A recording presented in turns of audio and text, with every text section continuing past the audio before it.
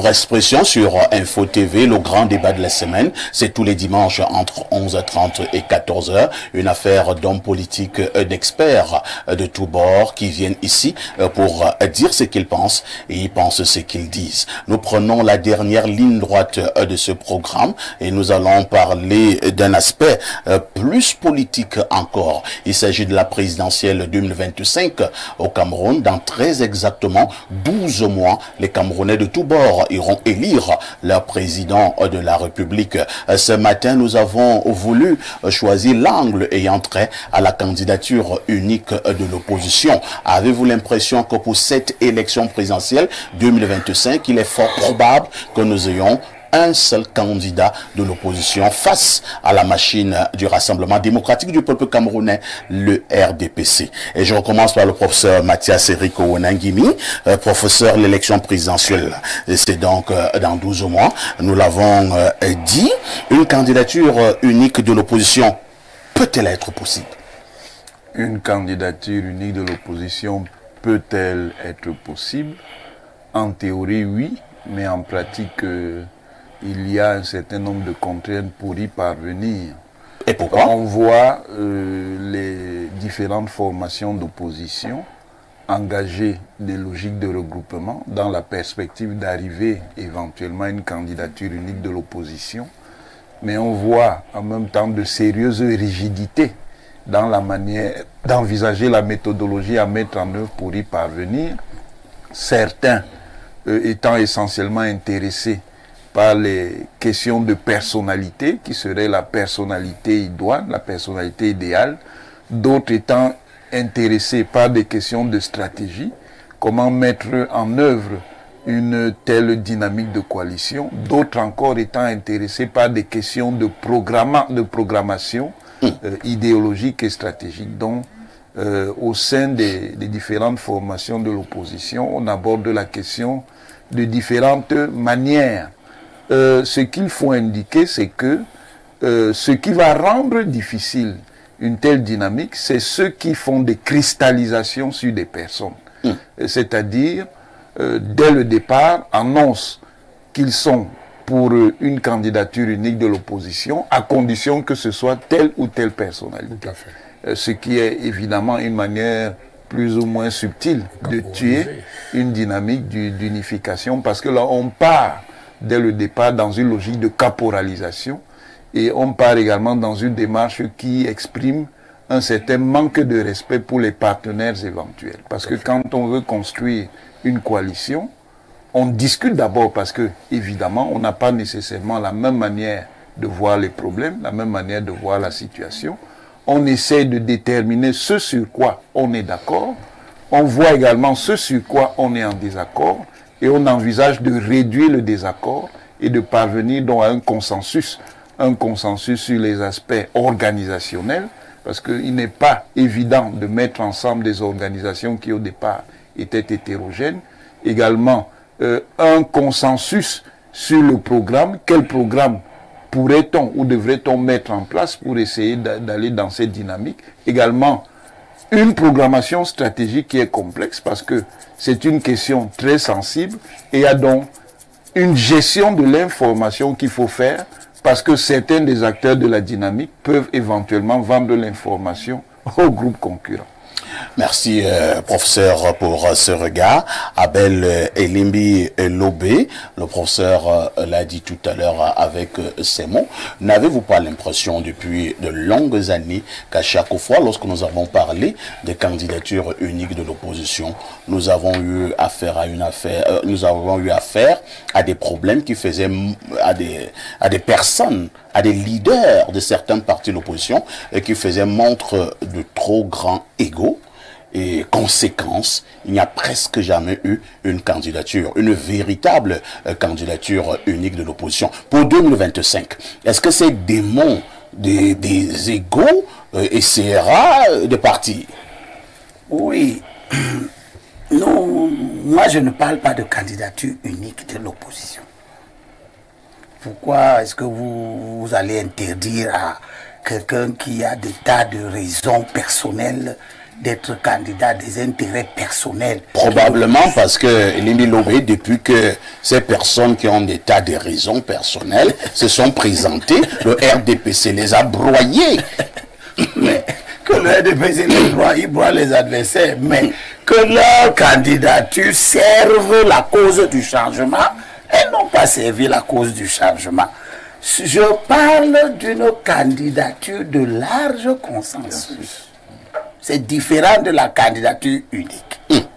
La candidature de large consensus, c'est une candidature qui rassemble autour d'elle beaucoup d'acteurs politiques.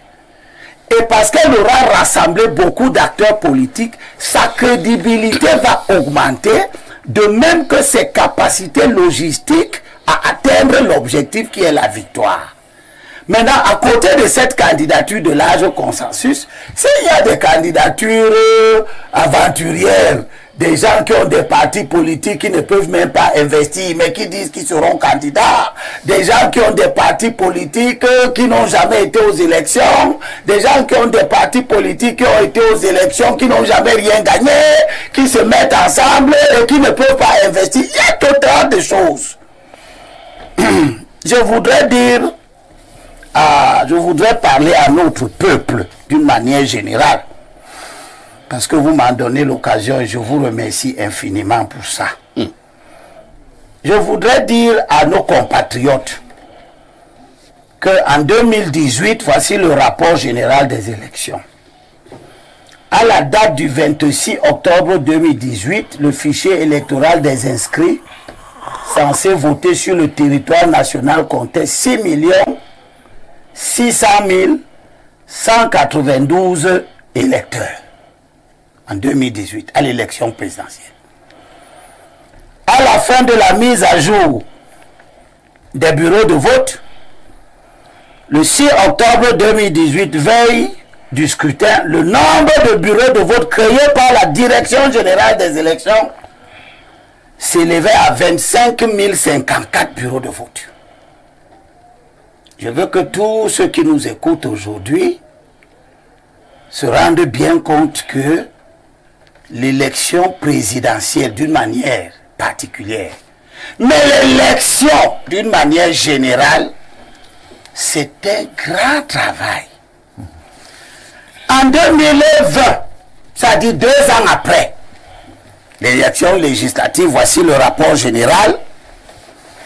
Les statistiques consécutives au toilettage du fichier électoral indiquent un effectif de départ à l'élection législative de 6 853 498 électeurs répartis dans 26 260 bureaux de vote.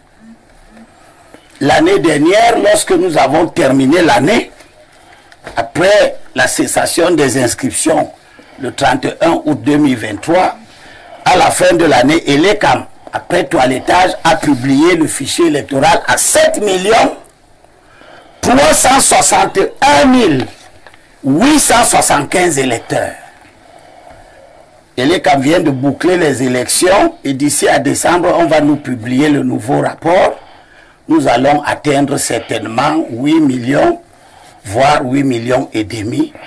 Et ce qui nous amène à penser que on sera autour de 30 000 bureaux de vote en 2025. Alors, je dis tout ça. Ces statistiques, c'est pour nous amener à quel niveau? Pour nous amener à comprendre que si chacun est libre d'avoir des ambitions, chacun n'a pas les moyens d'affronter une élection présidentielle.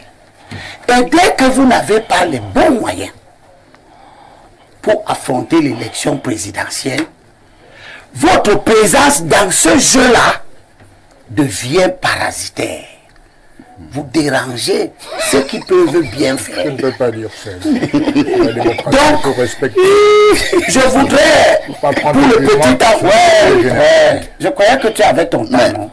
Monsieur Nzamen, Elimi Lobé ne s'adressait pas à vous. Non, je n'ai pas dit que c'est à moi. C'est un débat public. Pourquoi vous réagissez dans... Je voudrais terminer comme j'ai commencé aujourd'hui en disant à nos compatriotes, maintenant, ceux qui votent le changement. Oui. Vous avez chuté les ceux qui votent le changement. en leur disant que nous voulons le changement. Ça veut dire que nous considérons que la manière dont le pays est organisé et fonctionne n'est pas bonne. Nous devons aller vers quelque chose d'autre. Très bien. L'élection présidentielle est donc l'unique bonne, légale, légitime occasion. Ça veut dire que ne l'abordons pas n'importe comment. Premièrement, ne sous-estimons pas notre adversaire. Reconnaissons-lui les forces qu'il a. Deuxièmement, ne surestimons pas nos capacités. Reconnaissons réellement entre chacun de nous du fond de son cœur ses propres faiblesses. Et c'est parce que je suis de ceux qui disent que tous les partis d'opposition, aucun n'a la capacité à mettre 26 000 personnes dans les bureaux de vote, que j'ai conçu et je me bats depuis pour que les gens comprennent. Et là, il y a un aspect. Il faut se Vous mettre dites à qu'aucun parti politique n'a cette capacité à avoir un représentant dans les plus Dans de 20... tous les- Sauf le RDPC, bien sûr. Oui, sauf le RDPC, oui. Oui, d'accord. Est-ce que Qui a le les fait moyens de de le l'État. dire Même pas. n'est pas une manière de faire comprendre que Elekam ne ferait plus normalement son travail? Non, je suis... Elekam est dans tous les bureaux de vote. Est-ce que ces partis politiques ont l'obligation à y être? Oui, les partis, nous sommes... S'ils ne sont pas dans tous les bureaux de vote, ils ne peuvent pas gagner une élection. Je réponds, nous sommes faits nous-mêmes. C'est nous qui avons demandé l'organisation d'un système. Est-ce que vous répondez à ma Je suis en train de préoccupation? répondre à votre question. C'est nous-mêmes qui avons demandé l'organisation d'un système qui repose sur notre surveillance. Donc c'est nous qui avons voulu que... Si les Vous dites partis que le politiques, système est bon. Lémi Lopé, si les partis politiques ne sont pas représentés au niveau des bureaux de vote pour surveiller, je prends ton expression, est-ce que ça crée un problème? Oui, parce que je réponds... Donc, Elekam ne peut donc pas assurer Bonne question. une certaine objectivité, la bonne tenue des élections Bonne question. sur le plan de la transparence. Je réponds. Contexte politique. Je réponds. Si les partis politiques n'avaient pas été admis à la surveillance, ils auraient eu une réaction simple et nette, connue d'avance, qui est qu'ils allaient contester la sincérité du scrutin. C'est parce que nous avons dit, nous-mêmes les partis politiques, que nous n'allons accepter la sincérité du scrutin que si nous le surveillons. Que les lois ont évolué et nous ont permis d'avoir un système où, dans chaque commission locale de vote, c'est-à-dire ceux qui travaillent dans le bureau de vote, nous devons avoir un représentant. C'est compris. C'est donc devenu notre devoir d'être organisé de manière à être représenté dans tous les... Laisse-moi terminer. Oui, vous avez terminé. Nous avons combien de temps, Elimbi Lopé? Oui, laisse-moi chuter sur cette question. Chutons Je sais rapidement. combien de fois Je veux donc dire que... relever après. Je veux dire que le RDPC, avec 9000 conseillers municipaux, 9037, si chaque conseiller municipal du RDPC amène 4 personnes pour surveiller les bureaux de vote, du coup le RDPC a 9000 fois 4, c'est-à-dire 136 000 personnes. Non, je te fais grâce, ce n'est même pas une personne, c'est 5 personnes minimum Que dans chacun un bureau amène. de vote. Moi je prends 4. Donc minimum 150 000 personnes. Le parti d'opposition, Non, c'est notre organisation. le parti d'opposition qui a le plus grand nombre de conseillers municipaux, c'est l'UNDP, avec 506 conseillers municipaux. Vous voyez combien de personnes chaque conseiller municipal de l'UNDP doit apporter pour couvrir à peu près 30 000 bureaux. J'avoue toujours réellement, Elimbi Lopé, je ne comprends pas le sens de Tu ces raisonnements. tu vas finir par comprendre Que le RDP s'amène 100 personnes au niveau des bureaux de vote, ça change quoi dans le bulletin Tu vas- que l'électeur met dans l'urne? Tu vas comprendre. Je veux vraiment Tu comprendre. vas comprendre. Je suis encore sur l'importance des capacités logistiques. D'accord, on a compris. Non, on a compris, Lémi Lobé. On passe la parole à Célestin Djamène. Alors, Célestin, permettez que vous pose une question. Oui. C'est mon rôle ici, auquel cas je ne serai plus payé. C'était le seul modérateur. Voilà. Le seul modérateur. Alors, Célestin Djamène, la candidature unique de l'opposition garantit-elle? Ou alors, est-ce que c'est un atout majeur pour renverser la machine RDPC? Tout dépend. Pendant qu'Elimi parlait, j'ai pris quelques notes. Oui. Bon, d'abord, pour répondre à votre question. Tout dépend de la fiabilité du candidat, de ce candidat unique. Le large consensus suffirait amplement. En 92, on a vu une coordination de partis politiques, je crois environ une quinzaine, soutenir le chairman, alors que lui-même ne faisait partie d'aucune coalition. On l'a soutenu. Mais en 92, pas fait ici, il y avait comme candidat Ekindi Jean-Jacques, Bello Bouba Maïgari, ni John Fundi, etc., etc. Il y avait au moins 4 grands ténors de l'opposition. Mais le large consensus se portait derrière un seul homme, le chairman. Donc tout dépend de la stabilité et de la fiabilité de ce candidat, entre guillemets, unique. Entre guillemets, unique. Maintenant, je voulais dire deux choses. D'abord, sur ce qu'a dit le professeur tout à l'heure, et ensuite sur la surveillance du vote. Le professeur a parlé comme s'il était un membre de l'ATP. Il a parlé de consensus programmatique. Il a parlé de caporalisation. Qu'est-ce qu'une coalition politique? C'est un cartel de partis politiques qui se mettent ensemble, unis par une plateforme programmatique. Ce qui prévaut, c'est d'abord la mise en place des idées. Or, certains fan clubs, comités de soutien, prétendument coalition, ont déjà fixé leur candidat, leur gourou. Ils ont proclamé Oubi et Torbi, leur gourou, voici notre candidat, et nous sommes une coalition. Il n'y a rien de plus mensonger. Une coalition, on se met autour d'une table, on discute, on trouve d'abord les idées, ainsi que, en ce qui me concerne, moi, à part président de la PAM, j'ai choisi, nous avons choisi d'intégrer la coalition ATP, Alliance pour une transition pacifique. Cette transition regroupe une quinzaine de partis à peu près. Et vous aurez noté au passage qu'il y a eu des fingons qui ont choisi, nonobstant leur signature, d'aller se comporter comme des taxis Yango, comme disait quelqu'un sur le plateau, pour aller offrir comme des mères porteuses, n'est-ce pas, leur offre politique à des candidats non signataires qui eux-mêmes au départ étaient dans notre coalition. Ça, c'est ce genre de comportement qui fait que si Biya pouvait vivre 200 ans, il sera 200 ans au pouvoir, malheureusement, avec ce type de comportement. Nous, à l'ATP, nous avons choisi de faire prévaloir d'abord les idées politiques.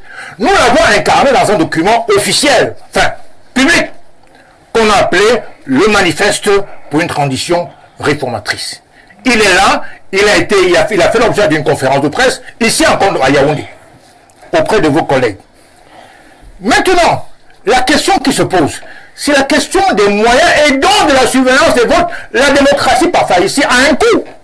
Si vous avez 25 000 bureaux de vote, prenons le cas actuel, 25 000 bureaux de vote. Moi, j'étais superviseur à Daïdo à plusieurs reprises, en 2011 et en 2018. J'ai vu sur le terrain qu'un scrutateur, qu'il soit militant ou pas, il faut une indemnité journalière de moins de 3 000 francs pour les plus pauvres. 3 000 francs fois 25 000 bureaux de vote, ça fait déjà 75 millions de francs à dépenser pour un candidat ou une liste.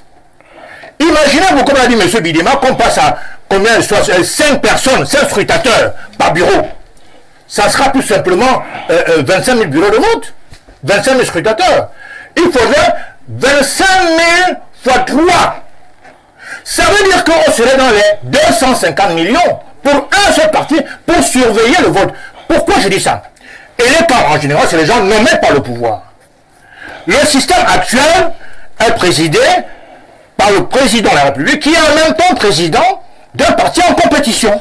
Ça veut dire que s'il n'y a pas de scrutateur... Je vais vous poser une autre question. Oui. Vous voulez faire comprendre à la face du monde ce dimanche que s'il n'y a pas ceux qui surveillent le vote au niveau des partis politiques, vous les appelez les scrutateurs, alors l'ECAM fera en sorte que le président de la République gagne ad vitam aeternam. C'est ça? Ils ont été nommés.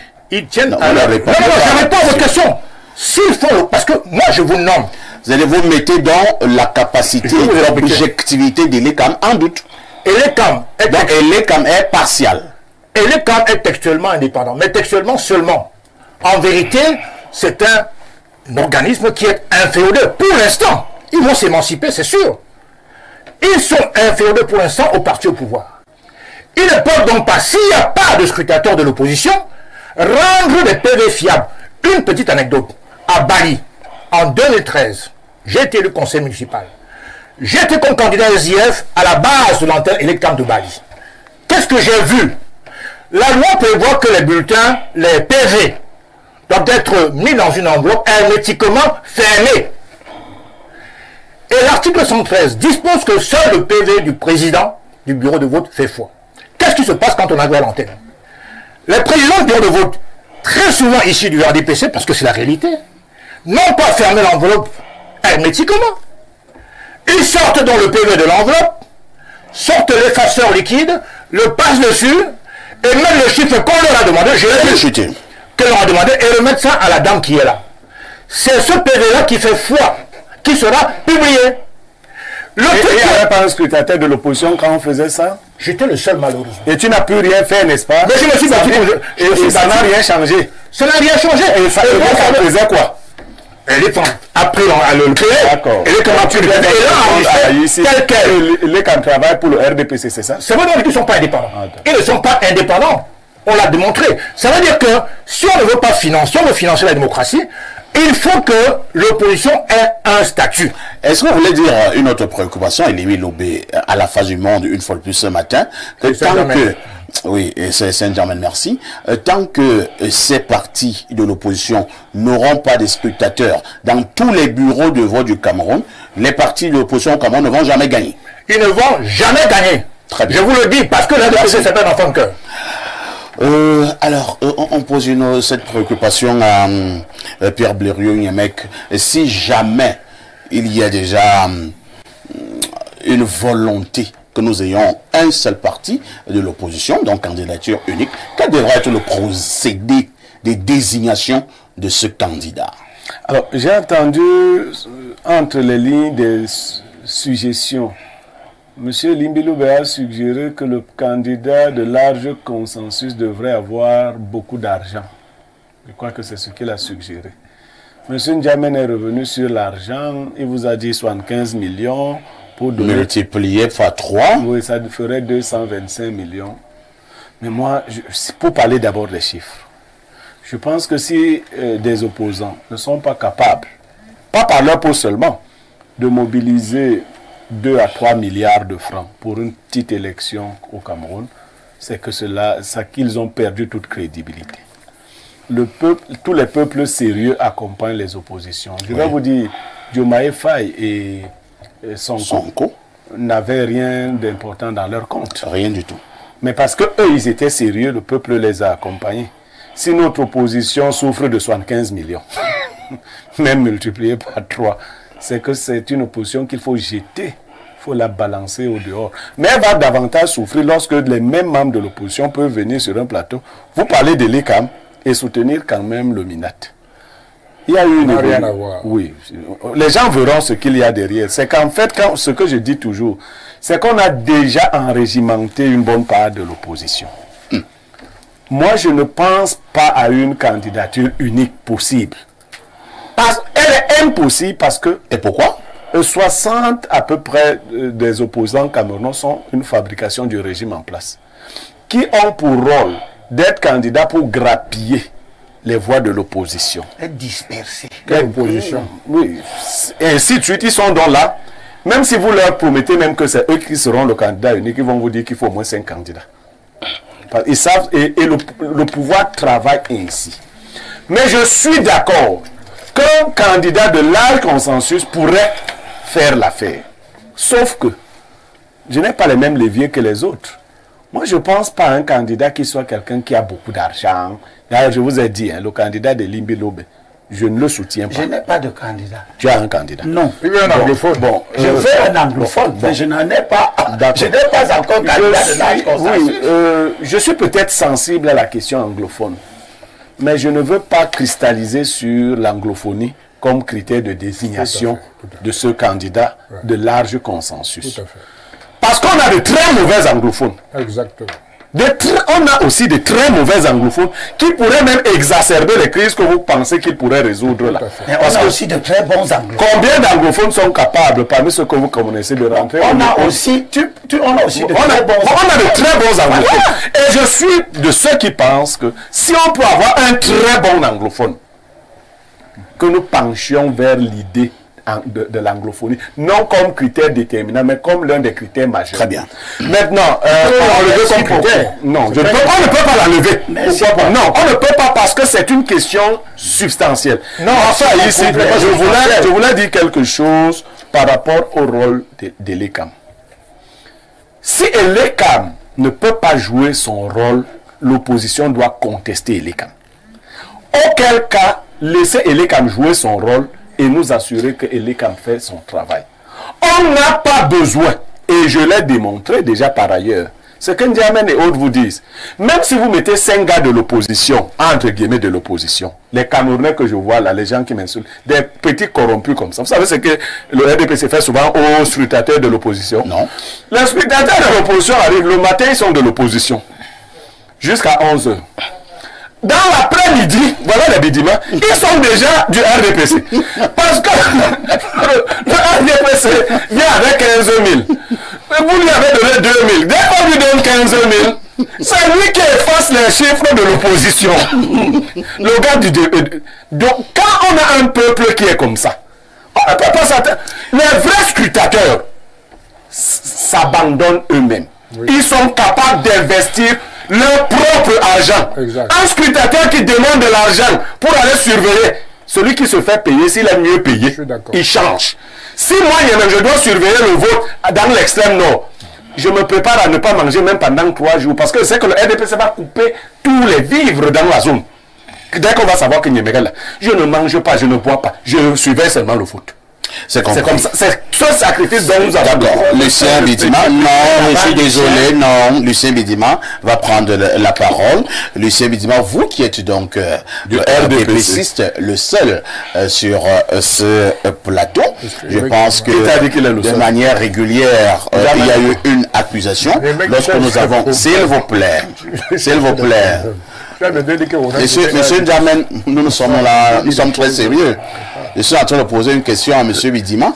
Donc, M. Bidima, le RDPC est accusé de toujours infiltrer l'opposition au moment de trouver déjà une candidature unique.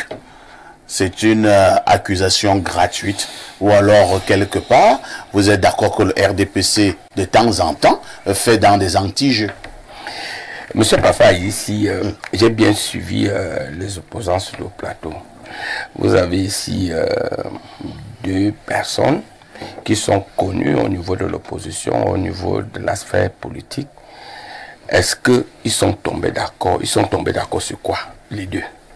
Sur la surveillance du vote. Sur rien, là. Si. Et pourquoi? Parce que je vais vous dire quelque chose, on accuse le RDPC pour rien. Nous sommes vraiment très organisé. Et j'ai toujours fait, j'aime Limbi Lobe quand il est sur les statistiques. Nous avons au Cameroun, je crois, 365 arrondissements. 360 arrondissements. Nous avons dans le RDPC 360 sections RDPC. Sections. Et 360 sous-préfets aussi. Écoutez, non, moi je ne viens pas dans les sous-préfets, laissez-moi faire les statistiques de notre propre parti. Et là-dedans, chacune des sections a minimalement 25 à 20 sous-sections. Comment? Et là-dedans, chacune des sous-sections a minimalement 10 à 15 comités de base. Vous trouvez les gens là-haut? Et là-dedans, non, je vous dis comment ils sont organisés, comment nous les trouvons où sont les Camerounais. Et là-dedans, les comités de base ont des cellules. Et quand vous pouvez vous imaginer que même dans votre propre maison, nous avons un militant du RDPC. Non, dans ma maison, il n'y a aucun militant de votre parti. Je vous dis qui est là. Alors, ils ne te le disent pas dans la pensée. Non, ils ne te le disent pas. Même dans la pensée. Alors, voilà comment le RDPC est structuré. Conséquence. Si je prends les bureaux de vote qui sont chez nous le plus souvent dans les sous-sections, et quand notre sous-section a au moins 20 comités de base, et je vais vous dire, chaque sous-section a minimalement 15 membres dans le bureau OF, 15 membres dans le bureau OJ, 15 membres dans le bureau RDPC. 45 membres. Vous êtes vraiment nombreux, hein? Conséquence, moi j'ai toujours dit nous avons minimalement 2 millions de personnes qui dirigent notre parti au quotidien. Au moment où je vous parle, il y a minimalement 10 meetings politiques qui se passent quelque part au Cameroun pour le RDPC. Autorisé. Alors, mais quand vous venez avec un parti qui est capable même de trouver 115 millions, vous voyez un peu les élections, et vous l'avez dit, vous voyez les élections aux États-Unis. Aux États-Unis, on parle en termes de milliards. Quand vous venez avec cela, on n'infiltre personne. Parfois, ici, comment ça se passe? Ça se passe que quand ils envoient leurs scrutateurs, ils les envoient à famille. Quand nous venons peut-être également dire nous venons à midi. Lucien Midima, vous parlez là d'argent et vous moquez de l'opposition.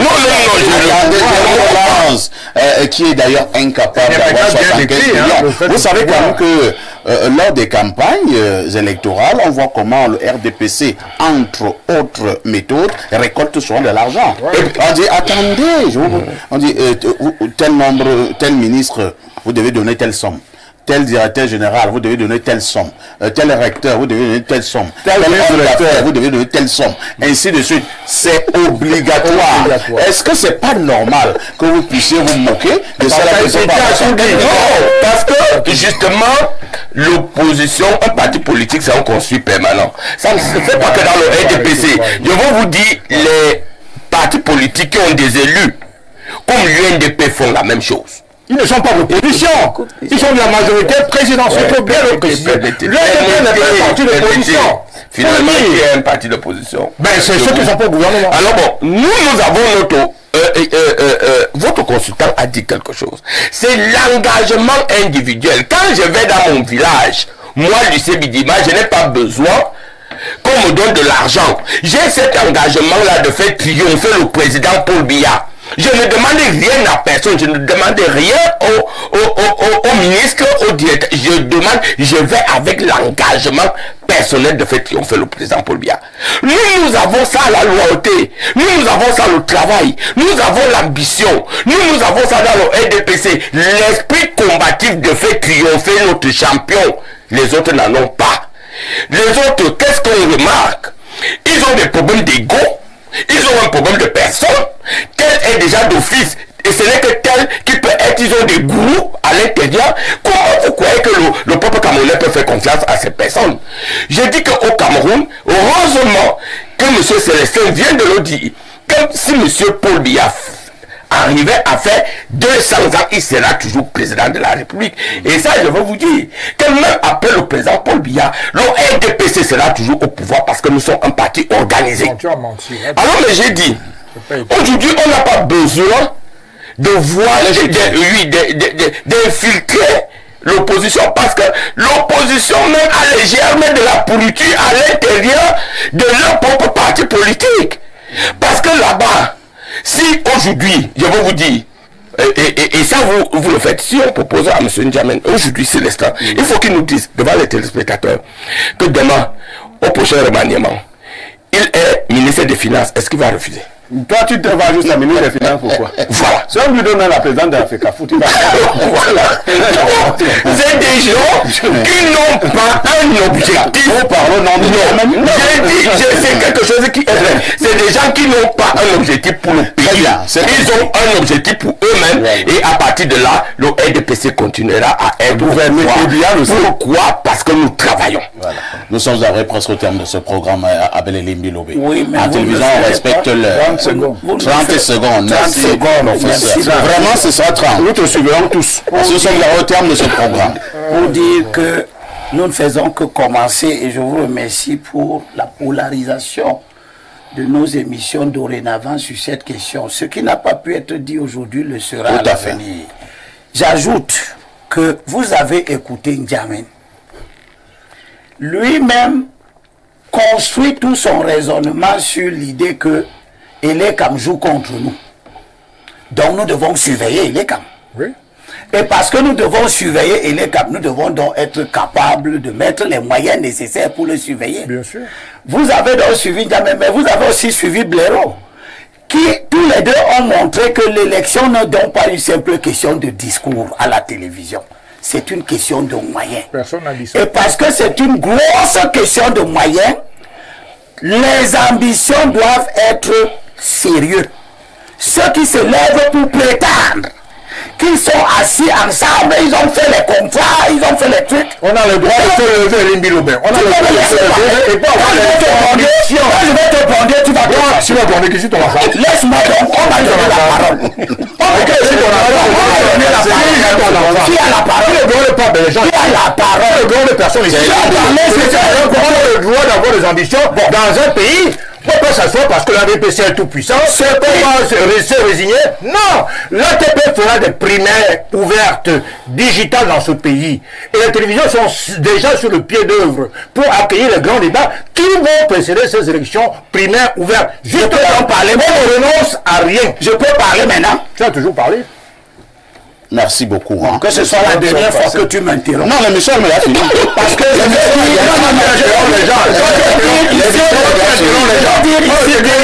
ce type de comportement est symptomatique des gens qui ont pour fonction quand tu interromps les gens et d'empêcher l'opposition d'arriver à quelque chose. Nous allons dire merci au professeur Mathias Eric Owonangini. Parce que je suis en train de parler, tu m'interromps parce que tu veux faire la propagande.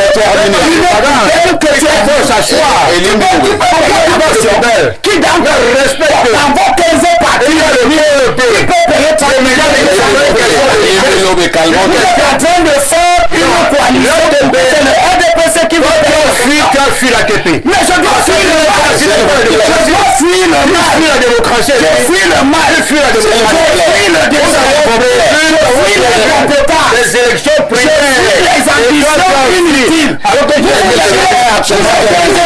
tu es incapable de nous donner le nom de ces partis. J'ai déjà donné ce plateau. J'ai déjà donné. Ton parti qui fait coalition. donne-nous le nom d'un parti là de plus fort. lequel d'entre vous peut investir? Elimbi Lobé. Oui, vous Monsieur N'Djamène. vous peut investir. Lequel? Je vous assure, vous ne respectez pas les téléspectateurs. S'il vous plaît, Elimbi Lobé. Comment tu participes à la constitution? Elimbi Lobé. S'il vous plaît.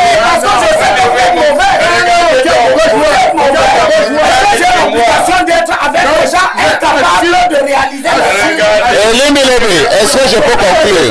mais je suis très content d'avoir des invités parce que toi, Je risquerai de censurer, hein? S'il vous plaît. Elimbi Lobé, N'Djamène, je risquerai de censurer. Est-ce que je peux conclure? Elimbi Lobé, je peux conclure? Je peux conclure cette émission? Voilà donc. Je pense que je vais commencer à censurer les invités sur ce plateau, hein, parce que là, vous ne respectez ni les téléspectateurs, ni le modérateur, ni la chaîne de télévision. Non, s'il vous plaît, c'est terminé. C'est terminé, Elimbi Lobé. Elimbi Lobé, c'est terminé. Vous allez faire ça après l'émission. Si vous voulez, vous allez bagarrer. Donc, je dis merci à mon invité permanent, le professeur Mathias Eric Owonangini. Merci à Lucien Vraiment, c'est un honneur. RDPC. Merci également à mon consultant Pierre Blériot-Niemek. Vous aurez votre rediffusion ce soir à partir de 21h, tout en vous souhaitant une excellente fin de semaine. Une question avec tout ceci. Que faites-vous encore ailleurs?